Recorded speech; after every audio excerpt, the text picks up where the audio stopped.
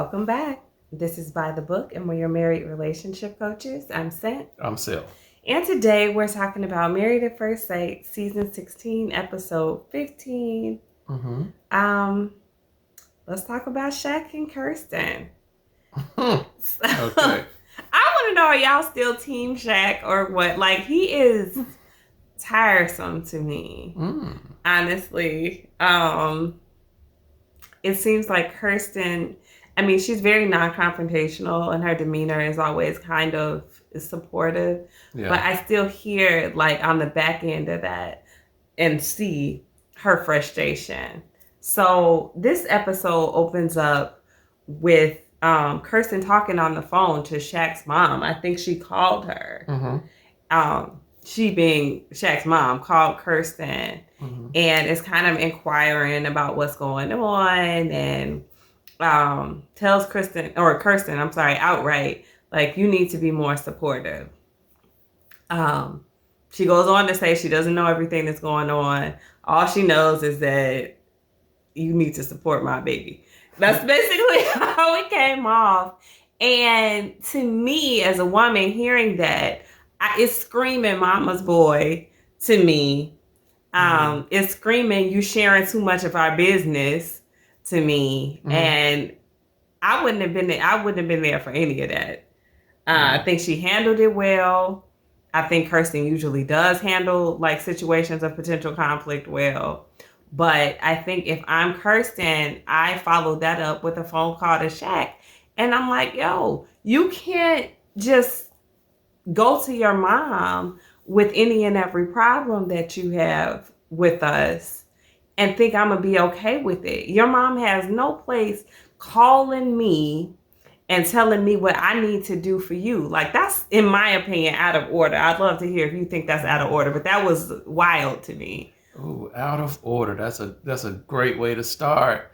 And because I'm going to go Bible on this one, I'm going to go Genesis chapter 2, where it says, for this a man shall leave his mother and father and cleave to his wife. There are laws to marriage. Many people don't know that there's laws to marriage, but that's the number one law right there, that you put your wife first. You leave and you cleave. Nobody should come close to that standard. No one should come close to that number one position. And so that is for your mother, Shaq. She had no business, well, you had no business inserting her into what's going on between you and your wife, period. Leave and cleave. That is your responsibility. You are to leave and cleave and put your wife first. You're to put the marriage first. First, behind your mother and your father. Of course, I just said that. First behind your children. First behind your jobs. There should be nothing more important than your marriage. You're violating that first law of marriage, and many people do, but not understanding that when you do that, you put your marriage in jeopardy. It is, because it kind of violates a trust in a sense. It kind of makes you like, okay, is every time that, there's conflict between us, do I have to run this conflict with you and your family as well, or your friends as well, or whatever else? Now, I feel like your family may be talking about me behind my back, and talking to you about me behind my, it may be a whole like little circle going on that I don't know about, where y'all are kind of whispering, oh, she did this and she did that, or she didn't do this. Yeah. And I can't be okay with that. At the very least, if he was going to tell his mother, he needs to know that his mom is like one of those, I can keep it to myself type people. Like, okay, you can vent to me some, but I'm not getting involved in this. Yeah. And honestly, you probably shouldn't tell me this, but because I'm your mom, I'll listen. But I most certainly am not about to go run interference and talk to your wife about y'all problems. Yes. So she too should have known her place in that. If she was a sounding board for him, just be that. But calling his wife, not even as a sounding board, she shouldn't have known. Probably not. But if as a, I don't know if she's a wife, but as a woman, I feel like she should have cut it off there. If Shaq didn't know better than to come to her with it, and she's his confidant or whatever, okay, I heard you. This stops right here. Like, I'm not going to now then take it to your wife. Yes. And try to fix y'all situation and tell her what she needs to do. Exactly. So that was unsolicited advice. And you know where I stand on unsolicited advice. Yes, that was I just, do. no. Yes. So. Yes. Because before you go to the next one, because it's like what you just said. He violated the first law of marriage, by which now he's violating the next law of marriage, by which is intimacy. Where it says that we're both naked, where it's saying that we are going to share everything, we're going to be on one accord with one and everything, and we're going to continue to talk about everything. So he violated 2 laws of marriage. Yeah. So we all know Shaq is pretty emotional. When they have their like kind of group setting where they do the dancing and stuff, prior to doing the dancing, they kind of sit down and just debrief with everybody. The ladies have last week had a chat with one another where Jasmine was very open with them about her feelings and pretty emotional about that, which then prompted Nicole, who's always got something to say. I'm so tired of her inserting herself into everybody's situation. I'm like, girl, you are in the most need of therapy and help and counseling and I don't know what else, but for her to be like pushing out advice on other people, suggestions, recommendations, speaking for other people, it's too much. But after Jasmine kind of explains where she was with the situation and her and Eris, then I think Clint jumps in and kind of shares his friend's experience who actually committed suicide at some point after going through this low point by himself. And Clint's like, nobody knew, he internalized it, so that's not something you want to do. I felt like a lot of this was really directed toward Jasmine because it was in a response to what she said. Next, following him up is Chris to say the same thing happened to one of his friends. I assume that they committed suicide. I don't know if he said it outright, but it sounded like it went down that same path. So, you know, just trying to uplift her and encourage her to not bottle everything up and suffer in silence. So Shaq, not to diminish anything about his experience, it's just that it wasn't about him. But he chimes in, you know, and relates to these stories and says, this is where I was. So I don't know if he felt suicidal at some point in his life or if he was just saying, you know, I used to really keep everything close to the vest and not share. And maybe that's his way of saying, like, over time I became an oversharer because he seems very open emotionally now at this point. But that was him saying, like, I chose not to do that. I chose to live, you know, differently from how I was and get myself out of that dark place. It's heavy. Like, these conversations are heavy to have. It's mixed company. Although these people find themselves to be friendly, I don't think they're truly, truly friends. They haven't known each other that long. They're going through a similar experience, which is probably very bonding, but they still don't. So, you know, people are awkward and they don't know what to say. Kirsten doesn't know what to say, but Nicole knows what to say. All the right? time. So there's never a time we haven't seen her speechless. She has words. So Nicole knows what to say, and she chimes in with a lot of words. She chimes in talking about this is a safe space, and you know. I'm pretty sure he thinks it's a safe space because he's sharing it in this space. You know, excuse me, guys. So that goes without saying. But, you know, she goes on and just like, I hope you can share this because Kirsten is wanting to support you. And she hasn't said these things, but I'm just speaking for her, etc. And if I'm Kirsten, I think I'm going to say, could you please stop? Like, just don't speak for me. You're not helping. Not at all. You know? And I mean, it just made an awkward situation more awkward. So Shaq walks out. And, you know, I don't know what I want to call him, kind of disengaged from Kirsten when she comes out to talk to him. Yeah. Like he's not giving her any eye contact. He's upset. She's like, what's the matter? And she did not do that, but that's how I felt. So I'm just like imposing that on her. But, you know, he's like, well, I just felt bad because Nicole had something to say and you didn't have anything to say. To which Kirsten responds, well, you didn't even give me a split second.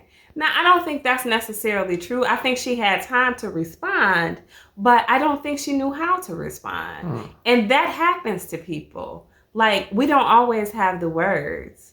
There's times, especially when people are emotional. I know for me personally, I don't know how to comfort them necessarily straight away. You know, if they're crying or they're emotional or they tell me something that's really like heavy and I wasn't expecting it, especially, I don't know what to say. Sometimes I'm just nodding my head. I'm like, yeah, I got you. Yeah. But I don't know that I have the words to say that are the appropriate words. You want to fix that situation. And when somebody is telling you about a trauma that they've experienced or something very devastating, there aren't words that's going to fix that situation. So sometimes it's okay if you just shut up. Yeah. You know, like Nicole should have done. Yeah. That whole thing was a bit strange for him. He shared what he shared, and like you said, I don't want to diminish anything that he shared and the trauma that he went through. Where I kind of have some issue is him getting upset with Kirsten, and y'all know I have not been a true Kirsten fan, especially from the beginning. I thought she was very picky, and to a certain degree, I still think she's picky, but I will give her credit where credit is due. She's been able to overcome a lot of her pickiness, okay? And she has shown a lot of growth and a lot of maturity that I did not give her credit for in the beginning. Yeah. And so I will give her that credit now. And when she went outside to even go behind him, I'm like, wow, that's pretty stand up. What would have sucked if she didn't come outside? She could have sat right there and been like, hey, that would have been the end of their marriage. If he want to storm off, he could storm off. Yeah. But he needs to be a man and tell me what the deal is. She could have just, I'm cutting it. I'm not chasing you like you're 3 years old. Yeah. Like, you know what? I didn't even do anything. I sat here at the table, just like what you just did. You know what I'm saying? And if you were expecting something else, then I'm sorry, and we can talk about it, in those type of realms. But no, I think he overreacted. I think he overreacted to what his expectation for her was. Yes. And I mean, I think that's the result still. We're dealing with that initial rejection during the honeymoon. I don't know why he's hanging on to that. They've come leaps and bounds from that time. But I think that his reaction wasn't just to the fact that Kirsten didn't say anything at that particular moment. His reaction is to just his overall feelings about the relationship and about her actually not coming to, I forgot where to go, Memphis? I don't know, someplace else, I think. Anyway, for school. He went down there. He found out he wasn't going to graduate, which I also take issue with. Because I said to my husband, I'm like, if you weren't going to graduate, you knew you weren't going to graduate on time. Yeah. Like, that did not come as a surprise. You knew whether you passed the class, you knew whether you had enough credits for it. Anybody who's ever been through college, through a degree program of any kind, we good at calculating credit. That's not his first degree. No, he had to have known that, and that's not to say that it didn't sting to realize that you hadn't met the requirements or whatever the case may be. But I don't think it came as an absolute surprise to him.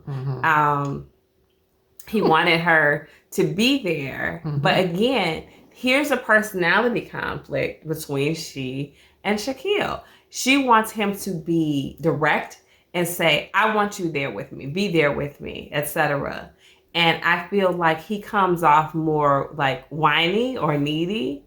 This is my speculation. Y'all tell me what y'all think about that. But he comes off needy to me kind of anyway, instead of assertive. And I think that is off-putting for her. So she's like, look, if you want me to be there, tell me you want me to be there. Mm-hmm. And I will be there. But don't like waffle around and tell me later after the fact, I wish you had been here. You didn't make good accommodations for me, which I think came out on the after party. Yeah. So I didn't know where I kind of fit into that situation. But they come back to the table. And what did Eris say? You know, how would it have been if he just said, pack your stuff? Oh, let's go. And she's like, hey, that's direct. That's what I've been asking for. But Shaq he's not that type. So again, it's a challenge with personality types, with communication styles. Yeah. You know what?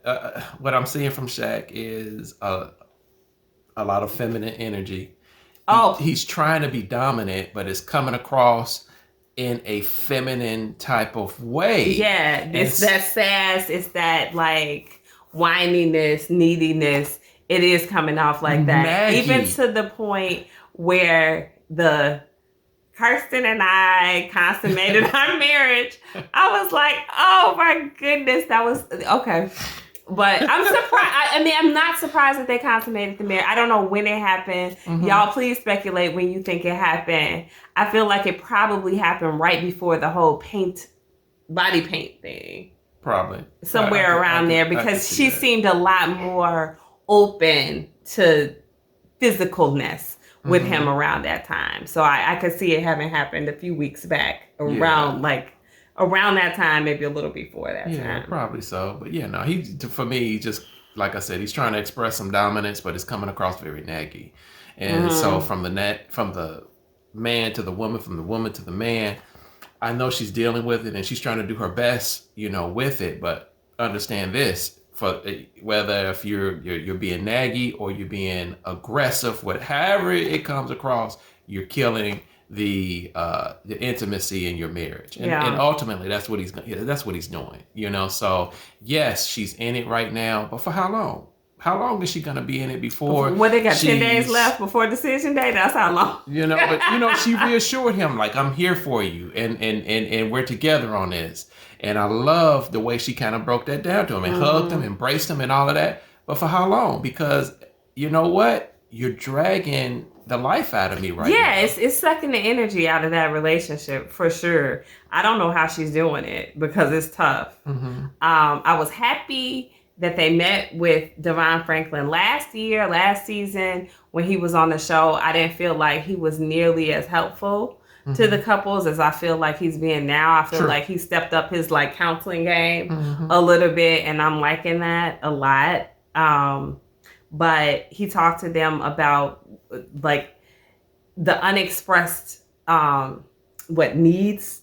Expectations. That's what it was. The unexpressed expectations being a marriage killer, because they're trying to explain where they're, having these differences. And he's like, well, I wanted her to be with me. He asked Shaq if he felt like he was supported. Shaq says no. Ultimately, he says no. At first he's like, well, sometimes. And then Kirsten, he asked, does she feel like she supports him? And she says yes. So now that's like a complete disconnect, and in kind of diving deeper into that, that's where he comes up with the whole, like, these are unexpressed expectations coming from Shaq. Like, he has expectations. He's not speaking them out. So he's really kind of affirming what Kirsten says about, like, I need you to be assertive. I need you to say what it is. Now, Kirsten speaks up. She's like, well, I felt like I was supporting you when I came, the first time when you had your presentation, blah, blah, blah. And what does Shaq do? He dismisses it. Well, there's so much more, and I want you to see me in my element, et cetera, et cetera. And I was happy to see Devon Franklin be like, okay, wait a minute. Like, you can't tell somebody how they're supposed to react to something for you. Yeah. Like, this is getting outrageous. He didn't say that, but I know he felt like that. So I don't know if that's just Shaq in general or if that's Shaq with Kirsten because he feels like she doesn't meet his needs. It's hard to say. It's hard to say because, again, how they started, it did seem like he was definitely more into her than what she was into him. Probably still some hurt, some resentment left over from that. And maybe that's what's carrying through. I don't know. But if you are saying that I'm in this marriage and we're moving forward, then do that. And like she said, I don't think I'm getting enough grace. You know, we're having sex. You know, obviously I've moved past the whole bald head, you know, like thing. So can you give me some credit, you know, and let's move past this whole thing. Stop nagging, you know. It's hard for me to get my mind around a man who nags. But here it is. We have one. His name is called Shaq. He seems like quite a crybaby to me. You know, so yeah.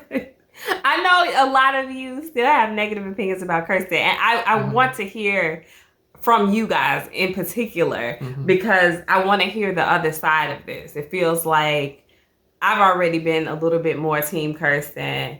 I feel like my husband is even turning a page to, you know, give her some more grace. But I like to hear the flip side. I want to hear the other side, the people who are still like Team Shaq and Kirsten is X, Y, and Z, whatever it is. Just because, I don't know, it's fun to hear those other sides, the sides that I don't necessarily immediately relate to, but I can honor and respect those opinions. So if you have another opinion of Kirsten opposite from ours, please, you know, share that, chime in, drop that comment, and let us know what you think about this couple.